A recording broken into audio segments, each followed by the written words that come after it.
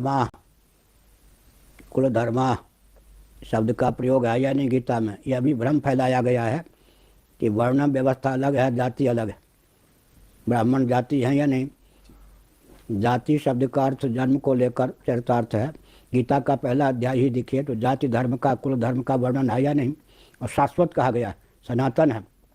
पहले तो इस भ्रम को दूर करना चाहिए कि हम वर्ण व्यवस्था के पक्षधर हैं, जातिवाद के पक्षधर नहीं हैं। इस भ्रम को दूर करने की आवश्यकता है।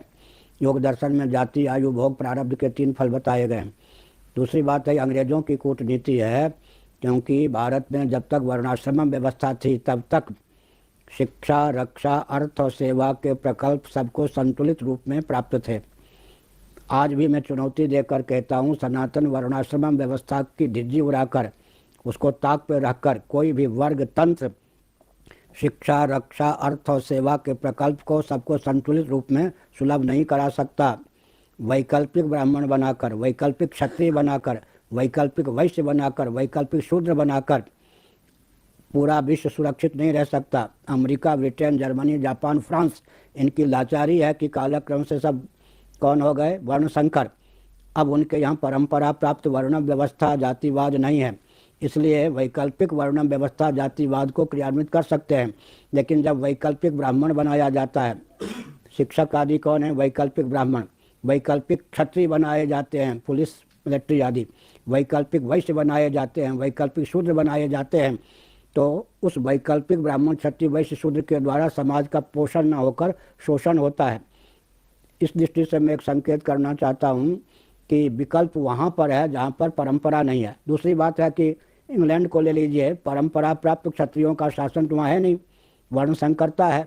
लेकिन वैकल्पिक शासन तंत्र को उन्होंने परंपरा का रूप देने का प्रयास किया या नहीं? एलिजाबेथ विक्टोरिया से भी अधिक समय से शासन वहाँ कर रही हैं या नहीं? इसका मतलब जिनके यहाँ क्षत्रिय नहीं हैं वो वैकल्पिक राजवंश को स्थिर बनाकर रखने का प्रयास करते हैं। फिर हमारे यहाँ जो परंपरा से है, अच्छा राम राज्य किसने दिया? वर्णाश्रम जाति मानने वालों ने दिया या नहीं?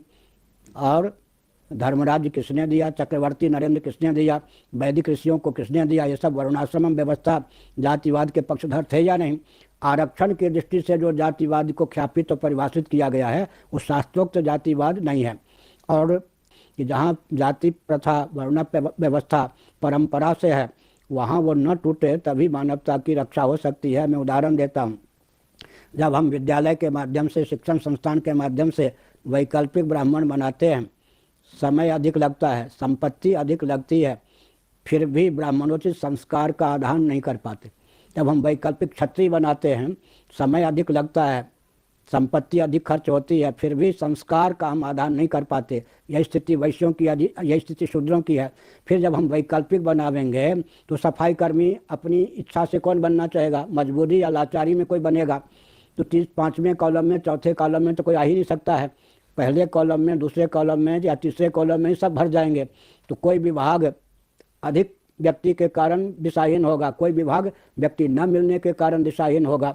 तो ये सब दृष्टि से, अच्छा जनसंख्या की दृष्टि से लीजिए, न गर्भपात की आवश्यकता है, न परिवार नियोजन की आवश्यकता है, क्योंकि ब्राह्मण जाति को चारों आश्रमों में अधिकृत माना शास्त्रों ने। ज्ञान विज्ञान उनके ऊपर है।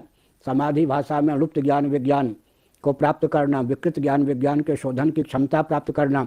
तो ब्राह्मणों का जीवन पूरा त्यागमय, तपोमय था या नहीं? ब्रह्मचर्य आश्रम में, गुरुकुल में तो भोगराग का प्रवेश नहीं, वानप्रस्थ आश्रम में भोगराग का प्रवेश नहीं, संन्यास आश्रम में भोगराग का प्रवेश नहीं, और गृहस्थाश्रम की अवधि कुल 25 वर्ष, उसमें भी अष्टमी, चतुर्दशी इन तिथियों को और श्राद्ध इत्यादि को बचाओ। पत्नी का स्पर्श भी मत करो, रजस्वला हो तो पत्नी का स्पर्श न करो।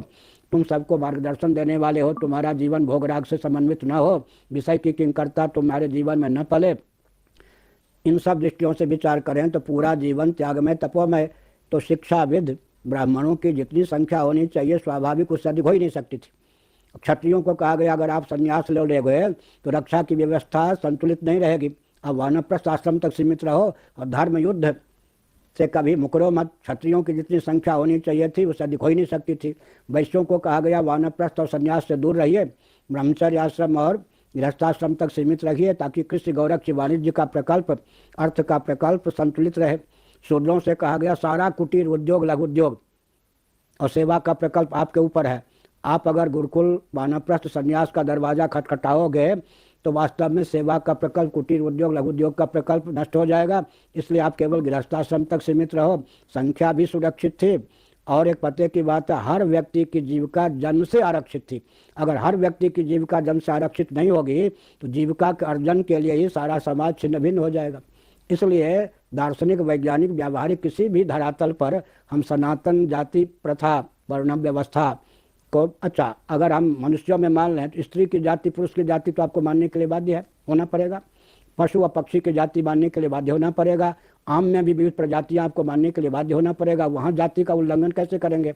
दूसरी बात है कि अगर भेद को हम स्वीकार नहीं करते हैं तो उसका नाम प्रलय है। 5 उंगलियों में भेद है या नहीं? 5 उंगलियों की उपयोगिता है या नहीं? 5 उंगलियां जिनसे जुड़ी, हथेली में तो नहीं भेद है। एक हथेली से 5 उंगलियां निकली हैं या नहीं? तो ब्राह्मण, क्षत्रिय, वैश्य, शूद्र, अंत्यज, एक ही केंद्र से तो 5 निकले हैं। फिर अंतिम बात यह है कि सनातन वैदिक आर्य धर्म में फल चौर्य नहीं है, फल से दुराव नहीं है, फल से किसी को वंचित नहीं किया गया। गीता के 18वें अध्याय का 45वां 46वां श्लोक लीजिए, स्वे स्वे कर्मण्य अभिरता संसिद्धिम लभते नरः स्वकर्मणा तमभ्यर्च्य सिद्धिम विन्दति मानवः। एक सफाई कर्मी भी धर्म बुद्धि से अपने दायित्व का निर्वाह करता है तो उसको वही फल मिलता है जो एक पुजारी ब्राह्मण को। फल से वंचित नहीं रखा गया। उदाहरण के लिए अग्नि का त्याग करके हम संन्यास लेते हैं। हम भोजन नहीं बना सकते, अग्नि का स्पर्श नहीं कर सकते, लेकिन भोजन कर सकते या नहीं? जब फल के साथ दुराव है ही नहीं। और वर्णोचित संस्कार तो तभी होगा ना, क्या कल भी हम जानते हैं ना, वर्ण संकर भी तो फल होते हैं या नहीं? आई परंपरा के फल होते हैं। तो ब्राह्मण इन सब का जो सांकर्य हो जाएगा तो सचमुच में संस्कार तो लुप्त हो जाएगा नहीं। अधिक न कह के मैं एक उदाहरण देता हूँ। ये भुजदंड है। किस विश्वविद्यालय में इनको प्रशिक्षण दिया गया है कि शरीर के किसी अंग या प्रत्यंग पर वार की संभावना हो तो टूटने फूटने की चिंता किए बिना अपने आप को रख दो। परंपरा प्राप्त निसर्ग सिद्ध संस्कार संवेद ये भुजदंड है या नहीं? गाढ़ी नींद में जब अंतःकरण ही सो जाता है, अहंकार ही सो जाता है, अहम ही सो जाता है तो बुद्धिपूर्वक भुजदंड को आज्ञा देना संभव नहीं है। लेकिन ये कितने उद्यत हैं, परंपरा प्राप्त निसर्ग सिद्ध संस्कार से संवेद हैं कि मच्छर काटने आता है, ये अपने आप बिना आदेश की प्रतीक्षा के वहाँ पहुँच जाते हैं। मच्छर अगर चपेट में आ गया तो कचूमर निकाल देते हैं, भग गया तो कम से कम वहाँ पर खुजला देते हैं। इस प्रकार से हमने बताया कि वैकल्पिक ब्राह्मण, क्षत्रिय, वैश्य, शूद्र बनाने पर कितनी विसंगतियाँ हैं, उसका सामना ब्रिटेन, अमेरिका इत्यादि वाले कर रहे हैं। वैकल्पिक, अच्छा मैं एक उदाहरण देता हूँ, मेरा विकल्प बना के दिखाइए जरा। मैं ब्राह्मण वर्ण का हो, सन्यासी हो, तब जाके शंकराचार्य होता, बहुत सी योग्यताएं हैं। मेरा विकल्प बना के दिखाइए आप। दलाई लामा जी मेरे विकल्प होंगे या पोप होंगे? शंकराचार्य का विकल्प, ब्राह्मण का विकल्प बना के दिखाइए। जितने आज ब्राह्मण के विकल्प बनाए गए, मंत्री आदि, वही सब के सब ब्राह्मणत्व के, ब्राह्मण का जो दायित्व था उसके लिए विध्वंसक सिद्ध हो या नहीं? क्षत्रियों के विकल्प किसको बनाया आपने? पुलिस को बनाया, मिलिट्री को बनाया, रक्षा के लिए वही सरदर्द है या नहीं? वैश्यों का विकल्प आपने उद्योगपतियों को बनाया, आर्थिक शोषण के वही विकल्प ही तो है ना। आर्थिक शोषण में किन का हाथ है? उद्योगपतियों का। वैश्य तो शोषक हो ही नहीं सकता था, क्षत्रिय तो शोषक हो ही नहीं सकता था, परंपरा प्राप्त जो जाति से ब्राह्मण हो तो शोषक हो ही नहीं सकता था। सेवा के लिए प्रकल्प आप मिशन को, कौन मिशन? क्रिश्चियन आदि के मिशन को बनाया ना, उन्हीं से सेवा को खतरा है या नहीं? सेवा के नाम पर दूसरे का अस्तित्व आदर्श को विलुप्त करने का षड्यंत्र है या नहीं? हमने बताया कि हमारा विकल्प हो ही नहीं सकता है। कभी कभी विकल्प की उपयोगिता होती है। जैसे सोमलता सुलभ नहीं है तो पूतिका के द्वारा उसका काम चलाया जाता है। अभावेशाली चूर्णम व सत्यनारायण कथा में कहते हैं। लेकिन मैं एक उदाहरण देता हूँ। खानदानी क्षत्रिय जाति से क्षत्रिय राम जी, लक्ष्मण जी 2 गए थे अयोध्या से। सीता जी का तो अपहरण हो गया था। बाकी सब जो देवता हनुमान जी आदि थे वो तो वर्ण से क्षत्रिय नहीं थे। उन वैकल्पिक क्षत्रियों ने खानदानी क्षत्रिय के अनुगत होकर युद्ध लड़ा और जीता। अंत में सारा से खानदानी क्षत्रिय को गया। तो वैकल्पिक जो होते हैं वो परंपरा प्राप्त जो मूल हैं उनके सहयोगी बनकर उपयोगिता सिद्ध कर सकते हैं। केवल वैकल्पिक आप, हमारा कोई विकल्प ही नहीं होगा। वेद का विकल्प आप क्या निकालेंगे? गीता का विकल्प निकाल के दिखाइए। मेरे प्रश्न का एक तात्पर्य ये था, मैं ये नहीं कह रहा था कि जातिवाद, ये तो जाति अलग है वर्ण से। मेरा कहने का मतलब था जातिवाद की इस तरह से कि हिंदू समाज में एकता नहीं है, क्योंकि ऐसा है, सारी भ्रांतियाँ। सुनिए, पहले मैं आर्थिक